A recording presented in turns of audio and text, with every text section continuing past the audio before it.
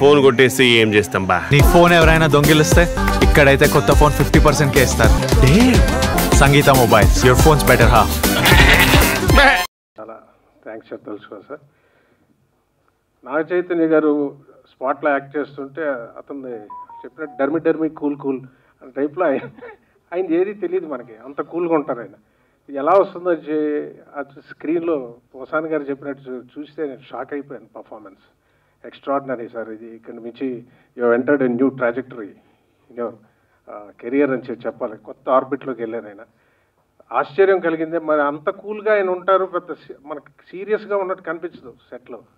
But ప్రతి scene, ఎందుకంటే సమంత గారు సెకండ్ హాఫ్లో వస్తారు, ఆవిడ సంగతి తెలుసు, ఆవిడ ఎన్ని చేశారు ఏంటి. బట్ సెకండ్ హాఫ్ వరకు ఎలా ఆగుతుంది అని నేను ఆ హీరోయిన్ ఫస్ట్ డే చూసినప్పుడు నాకు తెలియలేదు కాన్ఫిడెన్స్.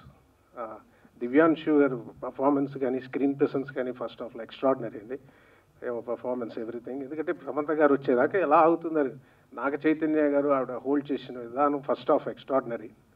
అలాగే శివ నిర్వాణ గారు మిడిల్ క్లాస్ అంటాం కానీ పెయిన్ని కమర్షియల్గా చెప్పే అద్భుతమైన దర్శకుడు అండి అతను. పెయిన్ని కమర్షియల్ ఆస్పెక్ట్లో చెప్పడం చాలా కష్టం. ఏం గురుగారు అంతే కదా సార్? పెయిన్ని తీయాలంటే చాలా గట్స్ కావాలండి. దాన్ని ఎంత గొప్పగా తీసి ఇవాళ నాకు వస్తున్న అప్లాస్ నా క్యారెక్టర్కి ఎవరెవరో చేసి ఏడ్చేస్తుంటే ఫోన్లో ఆయన చెప్పారు, రమేష్ గారి జగన్నాథం పాత్ర మీకు అవుతుందని ఎక్స్పెక్ట్ ఇంత అప్లాస్ వస్తుందని నేను అనుకోలేదు. Thank you sir once again Shiva గారు. ఇస్రేరంటే అది మిసైల్లా ఉంటుంది. అది ఆయనకే చెల్లుబాటు అవుతుంది, ఇంకెవరికి అది యూనిక్. అది ఆయన నోట్లోంచి వచ్చేసరికి అది మ్యాజిక్ అయిపోద్ది ఆయనతో కలిసి. ఎందుకంటే డైలాగ్ టు డైలాగ్ కాకుండా అలాగే హరీష్ పెద్ది గారికి, సాహు గారికి, ఈ ప్రొడ్యూసర్, ఎందుకంటే అందరి గురించి చెప్తాం, ప్రొడ్యూసర్ గురించి లాస్ట్లో రూపాయి తీసుకునేవాడు వాళ్ళ గురించి. కానీ వాళ్ళకి ఎంత ఆనందంగా ఉంటుందో ఇంత సక్సెస్ వచ్చాక.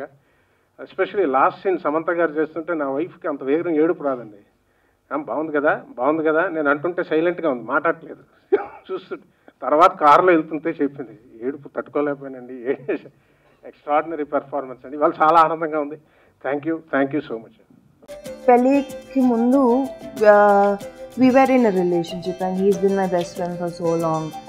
కానీ పెళ్ళి తర్వాత the person I am now and the kind of I feel this is the happiest that I have ever been in my life.